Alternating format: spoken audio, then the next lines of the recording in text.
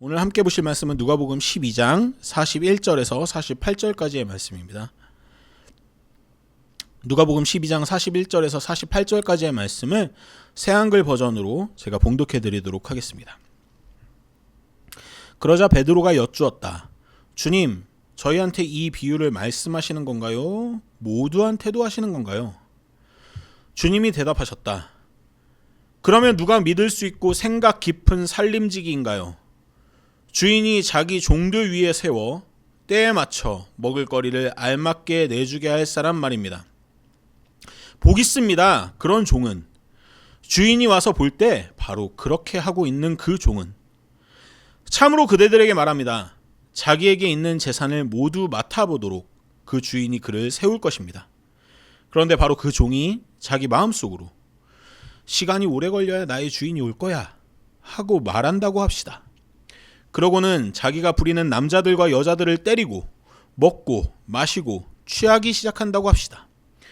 그러면 예상하지 못한 날, 알지 못하는 시간에 바로 그 종의 주인이 올 겁니다. 그리고 그 종을 베어버려서 믿지 않는 사람들과 한자리에 그를 둘 겁니다. 바로 그 종이 주인의 뜻을 알고도 자기 주인의 뜻에 맞춰 준비하지도 실행하지도 않는다고 합시다. 그러면 그 종은 매를 많이 맞을 겁니다. 그러나 알지 못해서 매 맞을 일을 한다면 그는 매를 조금 맞을 겁니다. 받은 것이 많은 사람마다 요구도 많이 받을 겁니다. 또 많이 맡긴 사람한테는 훨씬 더 많이 달라고 하실 겁니다. 아멘. 계속해서 5주간 두려움을 이기는 방법에 대해서 누가복음 12장과 13절의 본문을 가지고 여러분들과 함께 나누고 있습니다. 오늘은 그 세 번째 시간입니다. 오늘 본문에서 예수님은 여전히 무리에게 설교하고 계십니다. 35절부터 시작된 비유에서 예수님께서는 주인을 기다리는 종들에 대한 비유를 이야기하십니다. 어떤 주인이 있었는데 그 주인이 혼인잔치 때문에 자기의 자리를 비우게 됩니다. 그 주인의 귀가 시간을 알 수 없는 종들은 주인이 오길 하염없이 기다렸다가 주인이 오면 곧바로 문을 열어줍니다. 그렇게 주인을 기다리며 깨어있는 종들은 복이 있다고 예수님께서는 말씀하십니다. 이전 설교를 통해서 말씀드렸다시피 예수님은 지금 박해와 시험이 임박한 상태에서 제자들에게 말씀하고 계십니다. 제자들은 예수님이 말씀하신 이 비유에서 밤 늦게까지 주인을 기다리는 종들과 같은 상황이 될 것입니다. 그들 삶에 어두운 밤이 이어질 것이지만 주인은 반드시 돌아올 것입니다. 그리고 깨어서 기다린 종들에게 그 어두운 밤을 견뎌낸 제자들에게 복 있다고 칭찬하실 것입니다. 이 비유를 듣고 있다가 갑자기 베드로가 등장합니다. 41절 말씀입니다. 그러자 베드로가 여쭈었다. 주님, 저희한테 이 비유를 말씀하시는 건가요? 모두한테도 하시는 건가요?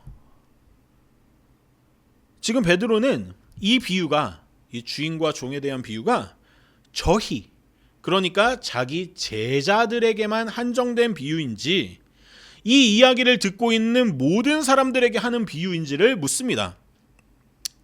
성경에 나타난 베드로의 성격을 생각해 볼 때 이 질문은 정말 순수하게 궁금해서 한 질문은 아닌 것 같습니다. 베드로는 질문에서 자기 제자들을 지칭하는 저희라는 단어를 사용하면서 모든 사람들과 은근하게, 아니 확실하게 구별짓고 있습니다. 이를 생각해 볼 때 베드로는 언젠가 칭찬받을 그 종들의 이야기가 자기 제자들에게 한정된 이야기라고, 그러니까 자기 제자들은 언젠가 하나님이 이 땅에 오실 때 칭찬받을 것이라고 확인받길 원하고 있는 것입니다. 그 마음을 읽으셨는지 예수님은 베드로의 질문에 직접적으로 대답하지 않으십니다. 오히려 이미 말씀하셨던 주인과 종에 대한 비유를 더 자세하고 풍성하게 만들어서 다시 한번 이야기하십니다. 이번에도 주인을 기다리는 종들의 비유입니다. 이 이야기에서도 주인이 자리를 비운 사이 충실하게 자기의 일들을 하고 있던 종들은 복 있다고 칭찬받습니다. 주님이 대답하셨다. 그러면 누가 믿을 수 있고 생각 깊은 살림직인가요? 주인이 자기 종들 위에 세워 때에 맞춰 먹을거리를 알맞게 내주게 할 사람 말입니다. 복 있습니다. 그런 종은 주인이 와서 볼 때 바로 그렇게 하고 있는 그 종은. 이미 말씀하셨던 비유와 똑같은 비유인 것 같습니다. 하지만 먼저 이야기했던 비유와 다른 점이 있습니다. 그것은 첫 번째 비유에서 주인을 충실하게 기다려서 칭찬받는 종들의 이야기만 했다면, 이번에는 그렇게 칭찬받는 종들과 대비되는 바람직하지 못한 종들이 등장한다는 것입니다. 45절과 46절이 이어집니다. 그런데 바로 그 종이 자기 마음속으로 시간이 오래 걸려야 나의 주인이 올 거야 하고 말한다고 합시다. 그러고는 자기가 부리는 남자들과 여자들을 때리고 먹고 마시고 취하기 시작한다고 합시다. 그러면 예상하지 못한 날, 알지 못하는 시간에 바로 그 종의 주인이 올 겁니다. 그리고 그 종을 베어버려서 믿지 않는 사람들과 한자리에 그를 둘 겁니다. 이 두 번째 비유를 통해서 예수님의 말씀이 보다 더 선명해집니다. 그저 주인이 오는 때를 기다리고만 있으면 복을 받게 되는 것이 아닙니다. 종으로서의 역할을 제대로 감당할 때 주인에게 칭찬받을 수 있습니다. 반대로 역할을 제대로 감당하지 못할 때 주인은 그 종을 크게 징계하게 될 것입니다. 이 이야기에 등장하는 이 징계받는 종은 자기 멋대로 주인이 늦게 올 것이라고 예상합니다. 주인이 없는 곳에서는 자기가 권력자라고 생각하고 있기 때문에 그 종은 자기 아랫사람들을 때리고 주인의 재산을 먹고 마시고 취하는데 탕진하기까지 합니다. 예상치 못한 시기에 등장한 주인은 그 종을 징계합니다. 그를 믿지 않는 사람들과 한자리에 둔다는 말씀을 통해 이 비유가 단순히 주인과 종에 대한 어떤 성실성에 대한 이야기가 아니라 하나님을 믿는 믿음에 대한 이야기라는 것을 알 수 있습니다. 예수님의 이야기는 여기서 끝나지 않습니다. 방금 전 질문했던 베드로가 들으라는 듯이 한 가지 내용을 덧붙이십니다. 47절과 48절입니다. 바로 그 종이 주인의 뜻을 알고도 자기 주인의 뜻에 맞춰 준비하지도 실행하지도 않는다고 합시다. 그러면 그 종은 매를 많이 맞을 겁니다. 그러나 알지 못해서 매 맞을 일을 한다면 그는 매를 조금 맞을 겁니다. 받은 것이 많은 사람마다 요구도 많이 받을 겁니다. 또 많이 맡긴 사람한테는 훨씬 더 많이 달라고 하실 겁니다. 주인이 돌아왔을 때 자기 역할을 제대로 하지 못한 종은 주인에게 징계를 받습니다. 하지만 축복을 받았던 종들이 어떤 차등을 두고 축복을 받았던 것이 아닌 것과는 달리 주인의 뜻을 실천하지 않은 종들은 차등을 두어 징계를 당하게 됩니다. 주인의 뜻을 많이 알고 있는 사람들은 더 많은 요구를 받게 될 것이라고 이야기하십니다. 오늘 베드로는 예수님께 자기 제자들이, 예수님을 졸졸 따라다니고 있는 자기 제자들이 하나님의 복을 받는, 특별히 더 많은 복을 받는 존재들이라는 것을 확인받고 싶어 했습니다. 하지만 예수님의 대답은 베드로의 기대와는 달랐습니다. 예수님의 제자들은 특별히 더 큰 복을 받는 존재들이 아니었습니다. 오히려 예수님의 곁에서 하나님의 뜻을 더 많이 배우고 알게 되었기 때문에 하나님께서는 그들에게 더 큰 요구를 하게 될 것이라는 말씀만이 돌아올 뿐입니다. 베드로는 머쓱해졌을 것입니다. 하지만 예수님의 저 대답은 비단 질문을 한 베드로에게만 향해 있는 대답은 아니었습니다. 계속해서 살펴본 것과 같이 예수님과 계속해서 대립하고 있던 그 당시 종교 지도자들을 향한 말씀이기도 합니다. 종교 지도자들은 자신들의 특성상 하나님의 말씀을 더 많이 알고 배우고 연구한 사람들입니다. 하나님의 말씀을 더 알고 더 연구했다고 의스대는 그들에게도 하나님은 더 많은 것을 요구하실 것입니다. 하나님의 뜻은, 하나님의 말씀은 자랑을 하기 위한 지식이 아니기 때문입니다. 당연하게도 자기들보다 모르는 이들을 지배하기 위한 도구도 아닙니다. 하지만 그 당시 종교 지도자들은 자기네들이 율법에 대해 조금 더 알고 있다고 해서 우쭐거리고 다른 이들 위에 군림했습니다. 마치 주인이 없을 때 자기 아랫사람들을 때리던 그 종처럼 자기가 가르쳐야 될 백성들을 더 억압하고 괴롭히기까지 했습니다. 하나님은 그들에 대한 책임을 크게 물으실 것이라고 예수님은 말씀하시고 있는 것입니다.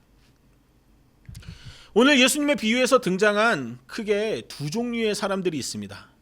한쪽의 사람들은 주인의 뜻을 성실하게 감당해서 주인에게 칭찬받는 종들이고, 다른 한쪽의 사람들은 주인의 뜻을 지키지 않아 징계받는 종들입니다. 그렇다면 이 둘을 결정적으로 구분짓게 만드는 차이점이 무엇이라고 생각하십니까? 어떤 성실성일까요?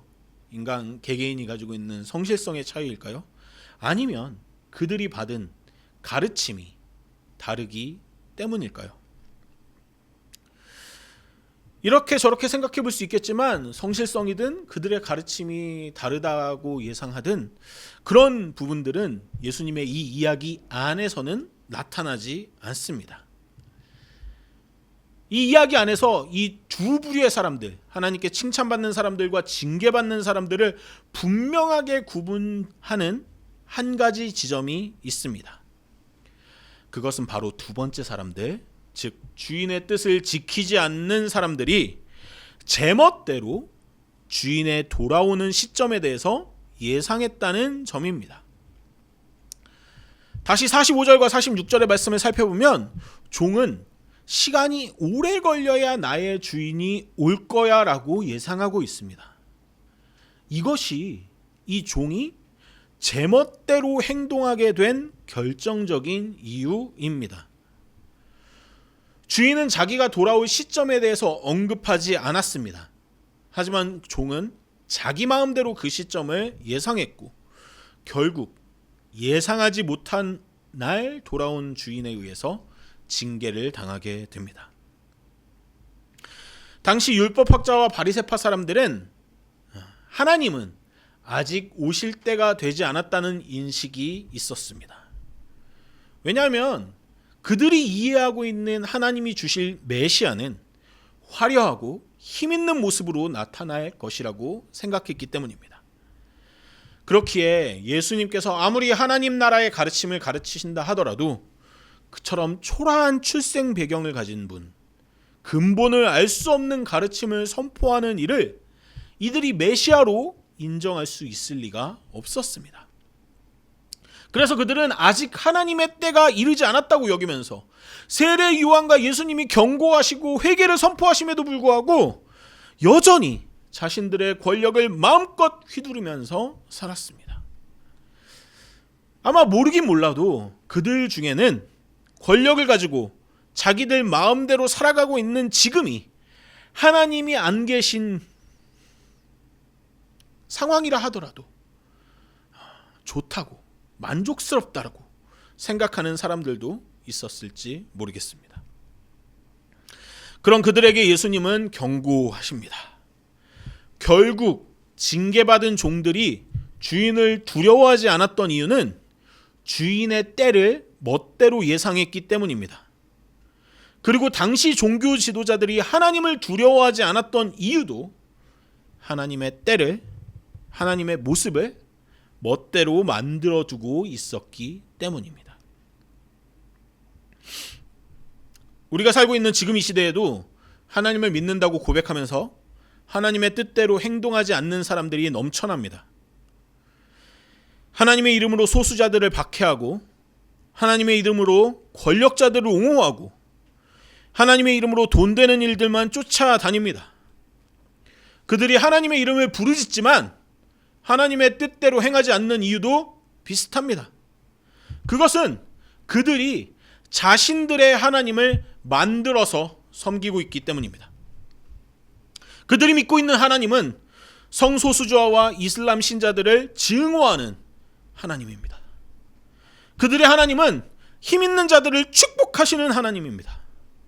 그래서 그들은 성소수자들을 공개적으로 혐오하기 위해서 광장에 나올 수는 있지만 완전히 썩어 빠진 권력자들을 향해서는 한마디 옳은 소리조차 하지 못하고 이때는 가만히 기도나 해야 될 때라고 이야기하기도 합니다.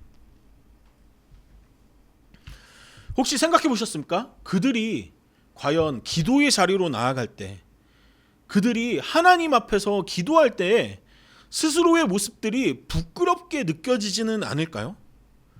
그들은 하나님 앞에서 정말 부끄러움을 느끼면서 살아가는 사람들일까요? 아닐까요? 저는 예전에는 그렇게 행동하는 사람들이 하나님을 믿고 있을 리가 없다고 생각했습니다. 그러니까 저렇게 당당하게 행동할 수 있을 거라고 생각했었습니다. 지금은 조금 생각이 다릅니다. 그들은 아마 지금도 하나님을 잘 믿는 사람들일 것입니다.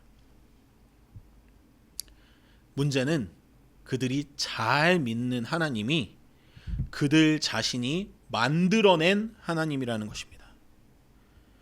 그들은 자기들의 고정관념을 뒷받침해줄 하나님, 자기들의 정치색을 더 확고하게 지지해줄 하나님, 자기들의 권력 구조를 더 단단하게 해줄 하나님을 자기 관념 속에서 만들어냅니다.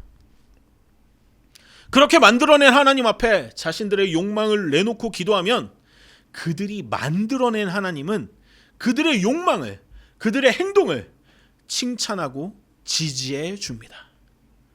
그렇기에 그들은 아마도 열심히 기도하는 그 자리에서도, 하나님과 독대하는 그 자리에서도 하나님 앞에서 한 점 부끄러움이 없을 것 같습니다. 자신들이 만들어낸 하나님의 뜻대로 잘 하고 있다고 믿기 때문이죠.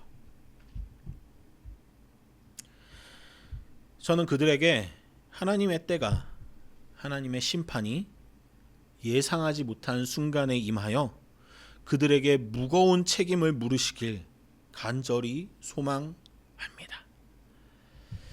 하지만 문제가 하나 있습니다.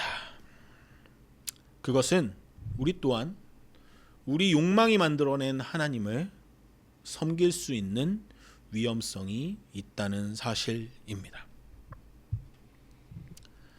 우리 또한 하나님을 만들어냅니다. 때로는 베드로가 착각했던 하나님과 비슷한 하나님을 만들어냅니다. 내가 기독교인이기 때문에, 내가 종교 생활을 열심히 하고 있기 때문에 그렇지 않은 사람들보다 나에게 하나님께서 특별히 더 축복하실 거라고, 더 큰 풍족함과 더 많은 평안함을 허락하실 하나님을 만들어내곤 합니다. 때로는 오늘 비유에 등장하는 종들처럼, 예수님 당시 종교 지도자들처럼 침묵하시는 하나님을 만들어내기도 합니다. 하나님의 진짜 뜻에 대해서 늘 깨어서 생각하고 고민하는 것이 귀찮고 번거롭습니다. 그렇기 때문에 하나님을 내 자리에서, 성찰의 자리에서, 고민의 자리에서 아예 치워버립니다. 하나님이 오실 날은 아주 멀었다고, 내 삶과 하나님의 거리는 아주 멀다고 이야기해버리고 강제적으로 침묵하시는 하나님을 만들어 버립니다. 하나님은 사실 지금도 계속해서 우리에게 말씀하시고 있음에도 불구하고 말이죠.